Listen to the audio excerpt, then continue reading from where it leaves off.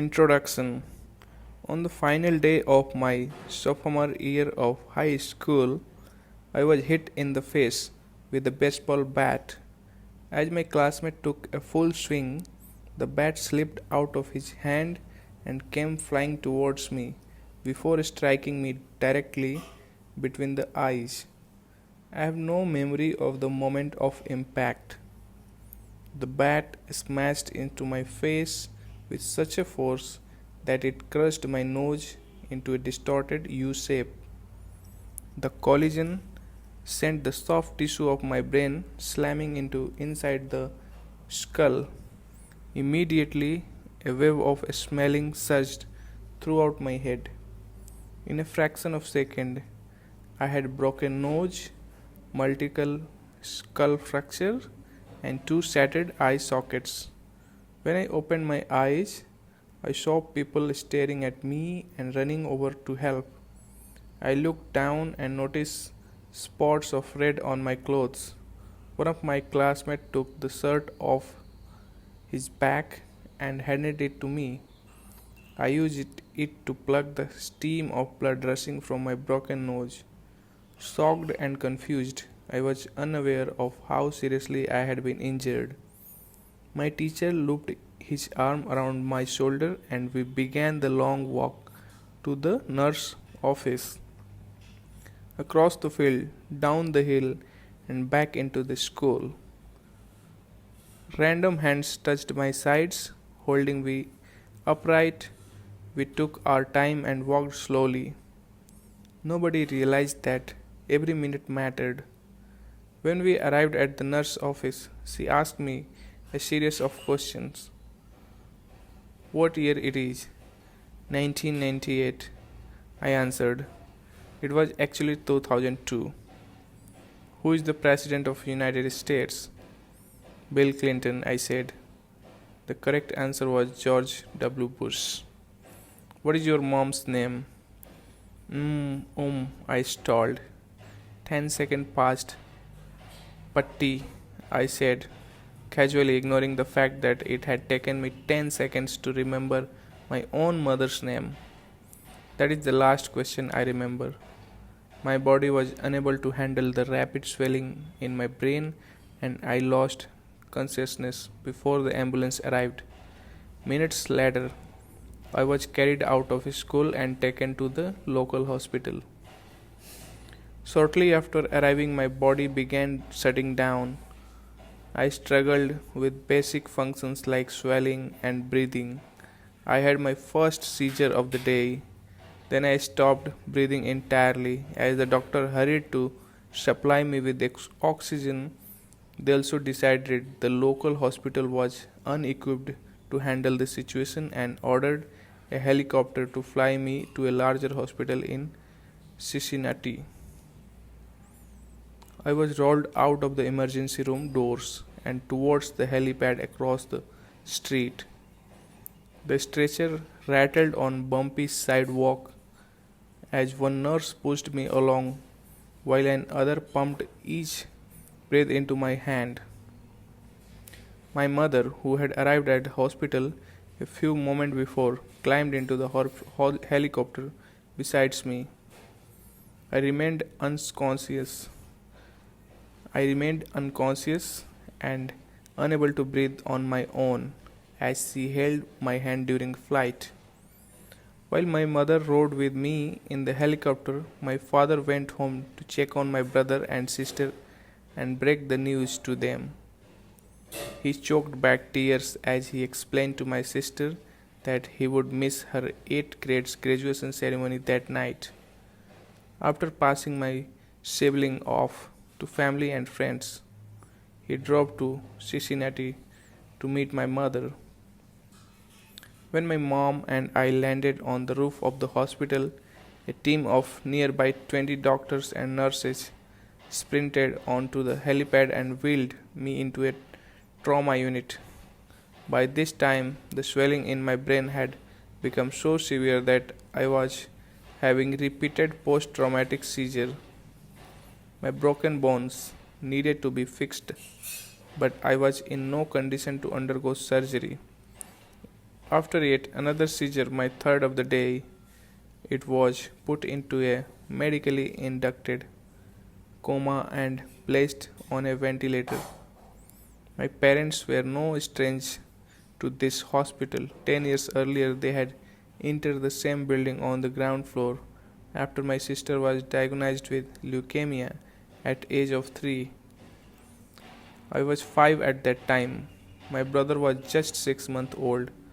After 2.5 years of chemotherapy treatment, spinal taps, and bone marrow biopsies, my little sisters finally walked out of hospital happy, healthy, and cancer free. And now, after 10 years of normal life, my parents founded themselves back into the same place with a different child. While I slipped into a coma, the hospital sent a priest and social worker to comfort my parents. It was the same priest who had met with them a decade earlier on the evening they found out sisters had cancer. As day faded into night, a series of machines kept me alive. My parents slept restlessly on hospital matters. One moment they would collapse from fatigue, the next they would wide awake with worry. My mother would tell me later it was one of the worst nights I have ever had. My recovery. Mercifully, by the next morning, my breathing had rebounded to the point where the doctors felt comfortable releasing me from the coma. When I finally regained consciousness, I discovered that I had lost my ability to smell. As a test, a nurse asked me to blow my nose and sniff an apple juice box. My sense of smell returned, but to everyone's surprise, the act of blowing my nose forced air through the fracture in my eye socket and pushed my left eye outward. My eyeball bulged out of the socket, held precariously in my place by my eyelid and optic nerves at teaching my eyes to my brain.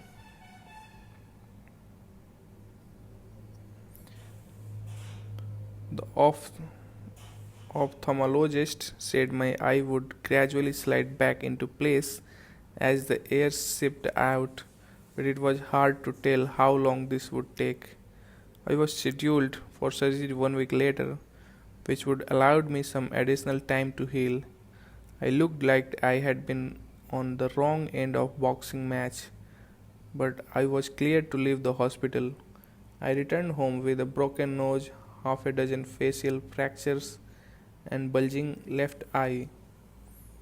The following months were hard. In it felt like everything in my life was on pause. I had double vision for weeks. I literally couldn't see straight.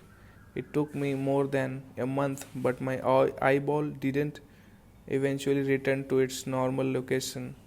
Later, it was returned.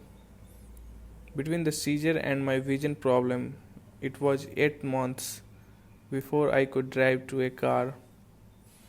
A physical therapy. I practiced basic motor patterns like walking into a straight line.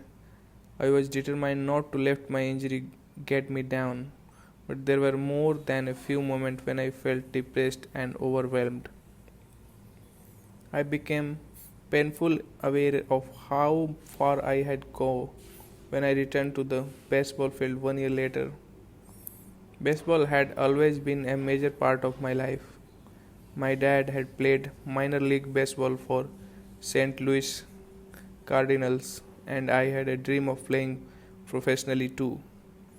After a month of rehabilitation, what I wanted more than anything was to get back on the field. But my return to baseball was not too smooth. When the season rolled around, I was only junior to cut from the varsity baseball team. I was sent down to play with sophomores on junior varsity. I had been playing since age 4, and for someone who had spent so much time and effort on the sport, getting cut was humiliating. I vividly remember the day it happened. I sat in my car and cried as I flipped through the radio, desperately searching for a song that would make me feel better. After a year of self-doubt, I managed to make the varsity team as a senior, but I rarely made it on the field. In total, I played 11 innings of high school varsity baseball, barely more than a single game. Despite my lackluster high school career, I still believed I could become a great player, and I knew that if things were going to improve, I was the one responsible for making it happen. The turning point came 2 years after my injury when I began college at Denison University. It was a new beginning, and it was the place where I would discover the surprising power of small habits for the first time. How I learned about habits. Attending Denison was one of the best decisions of my life. I earned a spot on the baseball team, and although I was at bottom of the roster as a freshman, I was thrilled. Despite the chaos of my high school years, I had managed to become a college athlete. I was not going to be starting on the baseball team anytime soon, so I focused on getting my life in order. While my peers stayed up late and playing video games, I built good habit sleeps and went to bed early each night. In the messy world of college dorms, I made a point to keep my room neat and tidy. These improvements were minor, but they gave me a sense of control over my life. I started to feel confident again, and this growing belief in myself rippled into the classroom as I improved my study habits and managed to earn a straight A during my first year. A habit is a routine or behavior that is performed regularly and in many cases automatically. As each semester passed, I accumulated a small but consistent habit that ultimately led to results that were unimaginable to me when I was started. For example, for the first time in my life, I made it a habit to lift weight multiple times per week, and in the years that followed, my 6 foot 4 inch frame bulked off from the father weight 170 to a lean of 200 pounds. When my sophomore season arrived, I earned a straight role on the pitching staff. By my junior year, I was voted team captain, and at the end of the season, I was selected for the all conference team. But it was not unity until my but it was not until my senior season that my sleep habits, study habits, and strength training habits really began to pay off. 6 years later, I had been hit in the face with a baseball bat, flown to the hospital, and I placed into coma. I was selected as the top male athlete at Denison University and named to ESPN Academic All America team, an honor given to just 30 players across the country. By the time I graduated, I was listed in school record books in 8 different categories. That same year, I was awarded the university highest academic honor, the President's Medal. I hope you will forgive me if this sounds boastful, but to be honest, there was nothing legendary or historic about my athletic career. I never ended up playing professionally. However, looking back on those years, I believed I accomplished something just a rare. I fulfilled my potential, and I believe the concept in the book can help you fulfill your potential as well. We will face challenges in life. This injury was one of the mine, and that experience taught me a critical lesson. Change that seems small and unimportant at first will compound into remarkable result if you are willing to stick with them for years. We all deal with setbacks, but in the long run, the quality of our lives often depends on the quantity of our habits. With the same habit, you will end up with the same results, but with the better habits, anything is possible. Maybe there are people who can achieve Maybe there are people who can achieve incredible success overnight, but I don't know any of them, and I am certainly not one of them. There was not one defining moment on my journey from medically induced coma to academic All American. There were many. It was a gradual evolution, a long series of small wins and tiny breakthrough.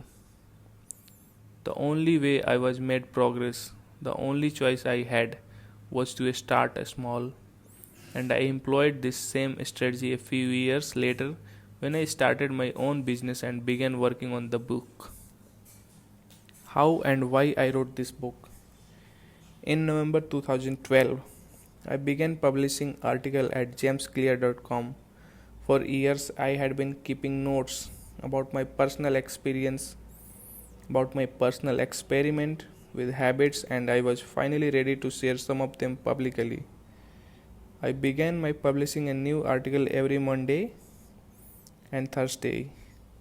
Within a few months, this simple writing habit led me to first 1000 email subscriber, and by end of 2013 that number had grown to more than 30,000 people. In 2014 my email list expanded to over 1000 and 100,000 subscribers, which made it one of the fastest growing newsletter on the internet. I had felt like an imposter when I began writing 2 years earlier, but now I was becoming known as an expert on habits, a new label that excited me but also felt uncomfortable. I had never considered myself a master of the topic, but rather someone who was experimenting alongside my readers. In 2015, I reached 200,000 email subscriber and signed a book deal with Penguin Random House to begin writing the book you are reading now. As my audience grew, so did my business opportunity. I was increasingly asked to speak at the top companies about the science of habit formation, behavior change, and continuous improvement. I found myself delivering keynotes speeches at conferences in United States and Europe. In 2016, my article began to appear regularly in major publications like Time, Entrepreneur, and Forbes. Incredibly, my writing was read by over 8 million people that year. Coach in NFL, NBA, and MLB began reading my work and sharing it with their teams. At the start of 2017, I launched the Habit Academy, which became premier training platform for organizations and individuals interested in building better habits in life and work. Fortune 500 company and growing startups began to enroll their leaders and train their staff. In total, over 10,000 leaders, managers, coaches, and teachers have graduated from the Habits Academy, and my work with them has taught me an incredible amount what it takes to make habit work in real world.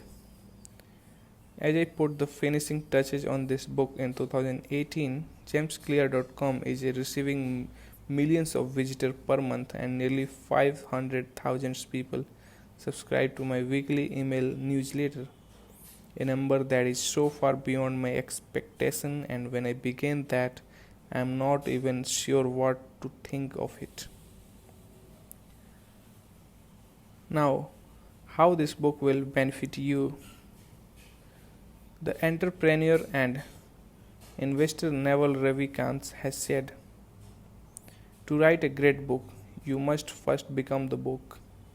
I originally learned about the ideas mentioned here because I had to live them. I had to rely on small habits to rebound from my injury, to get stronger in the gym, to perform at high levels on the field, to become a writer, to build a successful business, and simply to develop into a responsible adult.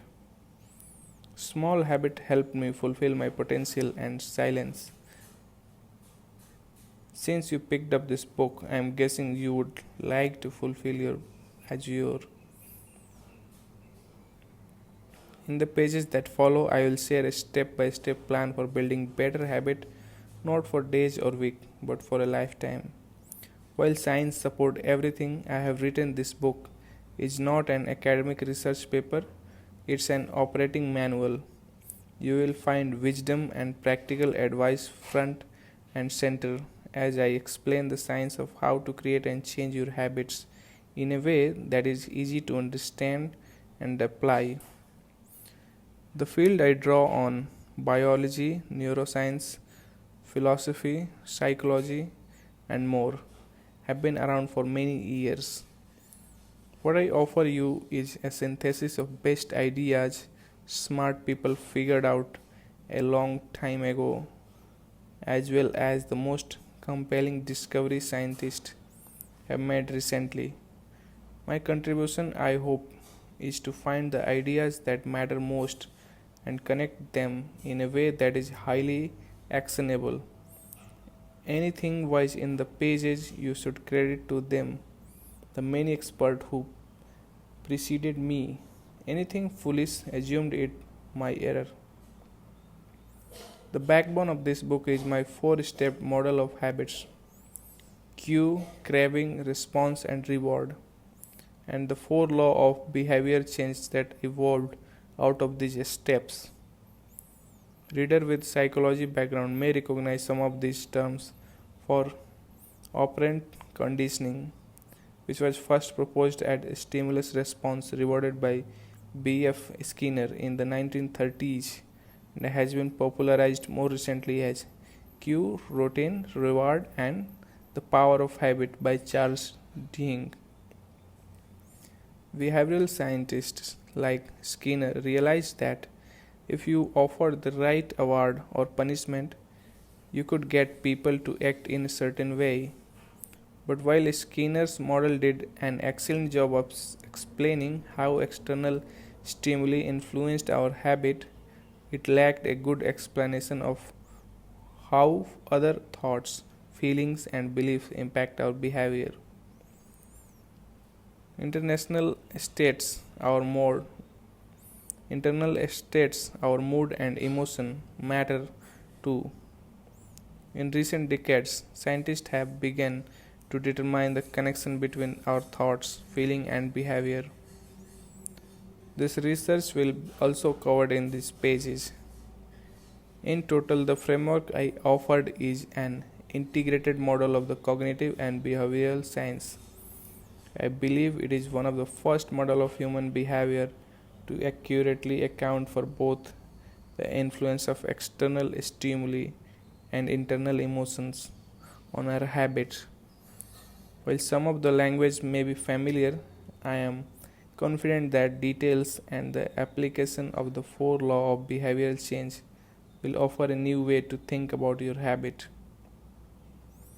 Human behavior is always changing, situation and to situation, moment to moment, second to second, but this book is about what does not change.